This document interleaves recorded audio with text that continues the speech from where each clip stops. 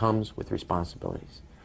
Everybody somewhere between the ages of 18 and 25 will serve 3 months of basic training and understanding in a kind of civil defense. Now, it doesn't always have to be service in uniform. One of the things that if you talk to our generals, they are desperate for is a civilian counterpart to our military forces. So is this compulsory then? Well, you have to, in a sense, it's required of everybody, 18 to 25, 3 months, and at some point at that point you do it. Obviously, I'm not going to say perfect legislation. We'll work that process through. You could do it during a college summer, or you could do it after high school. If you have a demagogue with a fanatical mass movement of personality cultists who is imposing the program of a group of extreme bankers and finance oligarchs, that's fascism. Obama's transition site, change.gov, proclaimed that middle school and high school students will be forced to serve the federal government. Fascism is gutter up, streets up, hooligans, thugs, fervently idealistic students, swarming adolescents, just the kind of thing you see around Obama. The way you get a population to enslave itself when the police and the army are no longer enough to do that. So I think that's if you're a left liberal, it's time to open your eyes to that. All young Americans between the ages of 18 and 24 will be conscripted into a paramilitary domestic security force. If Obama has his way, adults and seniors will also be forced into other forms of service for the betterment of the homeland. Number 3, disarming the American people. Obama operatives in the Congress have introduced more than 10 bills that would end the Second Amendment as we know it. H.R. 1022 would allow the new Attorney General Eric Holder the dictatorial power to ban any gun he wishes at will. In 2008, before the Supreme Court, in the D.C. gun ban case, District of Columbia versus Heller, Holder argued for the complete disarmament of the American people and that only the military should own firearms. H.R. 257 would ban all youth shooting sports, including YMCA and Youth Olympic shooting clubs.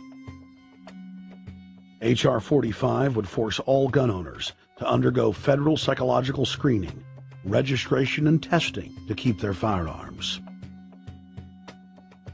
White House Chief of Staff Rahm Emanuel has proposed the extrajudicial banning of any American on the fraudulent no-fly list from owning any firearm. That is, if you are on the no-fly list because you are known as maybe a possible terrorist, you cannot buy a handgun in America. Over 25,000 Americans are added each month to the no-fly list, which numbers over 1 million people who have not been charged or convicted of any crime. It's a case of mistaken identity for a 5-year-old boy from Normandy Park. He had trouble boarding a plane because someone with his same name is wanted by the federal government. King 5's Mimi Jung is live at SeaTac Airport to explain. Mimi. Lori, it's hard to believe that a 5-year-old could be considered a threat, but that's exactly what happened here at SeaTac last week when Matthew Gardner showed up for a flight to LAX.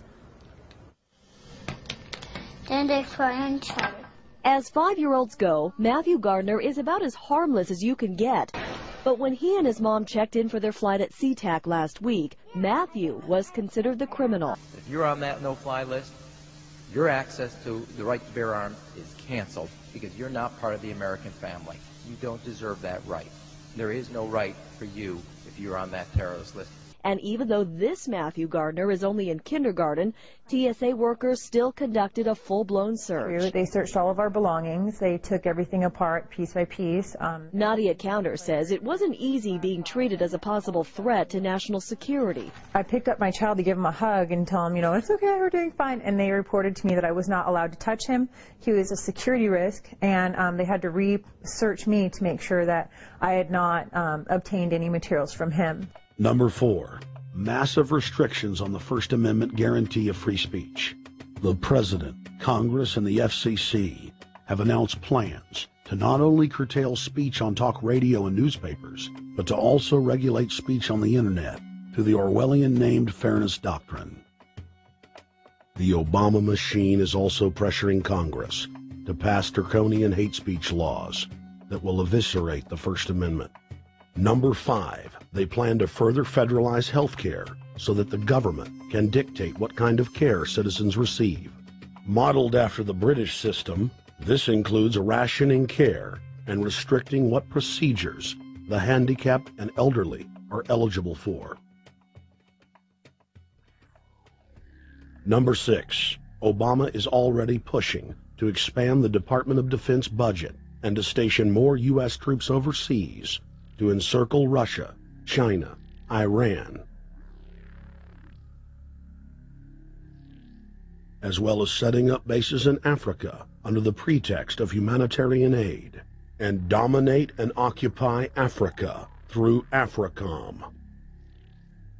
So we're taking your phone call, seeing what you think of Barack H. Obama. Is he a Judas goat? Is he a front man? Is he a betrayer? Let's go to Anthony in Georgia.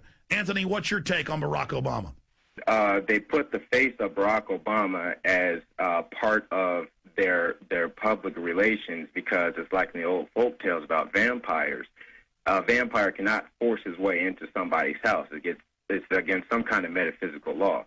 So the vampire has to persuade the resident of the household to open the door and invite him in. So they're going to look at the peephole at Barack Obama, which looks like them and appears to be on their side. They're going to say, okay, here's my ally. Let me open the door and let me let this person in. And then Barack Obama is just, of course, a front man for the American empire, where he's going to have the entire U.S. Navy, the entire U.S. Army, and the entire U.S. Marines under AFRICOM command. And, of course, he's going to turn it into a new Iraq, and he's going to turn it into a new Afghanistan. Every operation that you see going on in Iraq and Afghanistan is going to propagate to the poor countries of Africa. And well, sir, I agree with you. They're looking to the people. They see a handsome, smiling African face. You know, he's all, hey, I'm from Kenya. And then it's a total bait and switch. But it's the same thing here in the United States where they would get sellout Native American chiefs to sell out their people. This is the oldest trick in the book. And he can also pacify the most downtrodden minority groups in the United States. And he's saying, hey, get ready for sacrifice. Get ready to lose your standard of living. They're like, yay, I love Obama. They could never get away with this with a John McCain. Obama basically does a couple of things. One is, again, this idea, kick the Chinese out of Africa. Kick them out of Sudan where they get oil. Kick them out of Zimbabwe where they get raw materials. Start a civil war in Congo, another big source of raw materials. Al-Qaeda, an arm of the U.S. intelligence community, is now active in Algeria, Tunisia, Morocco. You've got a destabilization going on in Kenya around Odinga. That's Obama's cousin. This is a guy who has two children. They're Obama's niece and, well, nephew in a broad sense. And one of them is named Raul, and the other one is named Winnie, after Winnie Mandela, who did the necklacing and political assassinations in South Africa. So this Odinga is essentially a CIA destabilizing operation in Kenya, and he's got a Odinga Islamic Alliance to crush the Christians in Kenya, but this also reaches into Ethiopia, it reaches into Uganda, Congo, Tanzania, and a whole bunch of other countries in that region. So all of Africa is a battlefield in flames between the U.S. and the Chinese, with Obama leading the charge to kick the Chinese out for geopolitical reasons. Number 7, radically expand federal control over family farms and ranches through the Animal ID and Premises ID system. Number 8, accelerate the merger of the United States with Canada and Mexico under the Security and Prosperity Partnership. He is also accelerating the transfer of remaining federal authority to unelected quasi-governmental bodies like the World Trade Organization. Number 9, Obama must convincingly play the part of the president and convince the people of the United States that the buck actually stops with him. This is critical to the globalist master plan, because in 4 to 8 years, Obama must take the blame, as Bush did, for the New World Order's horrific agenda.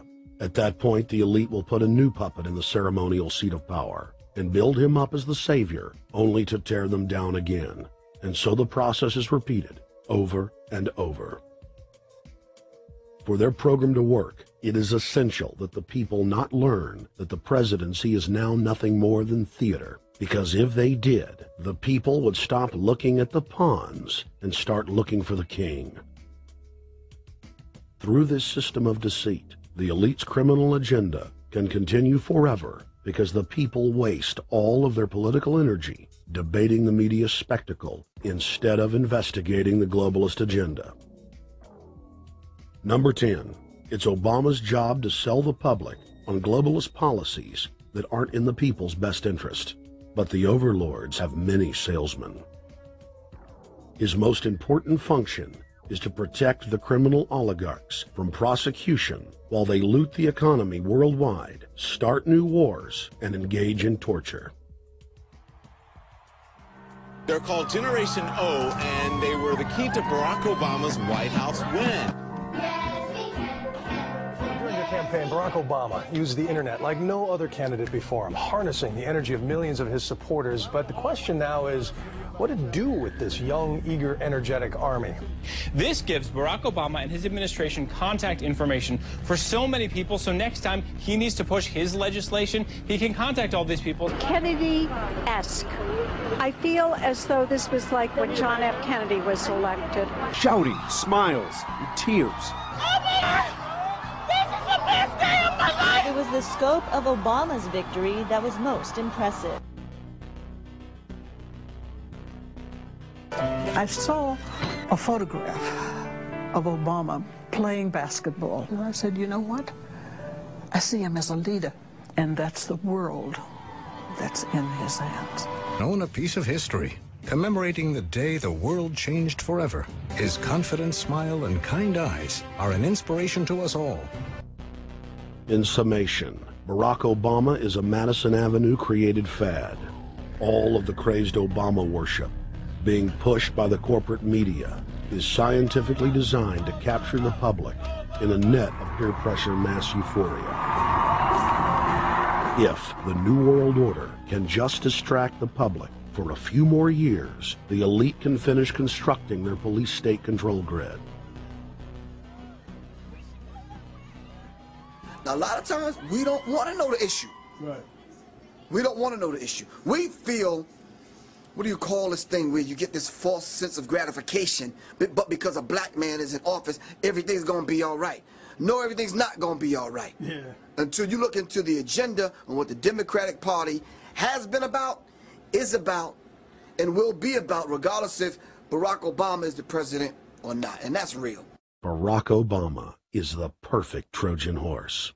He makes the people feel like they finally have a place at the table, even as he betrays them. I won't have to worry about paying my mortgage. Oh, it's such a blessing to see you, Mr. President. Thank you for taking time out of your day.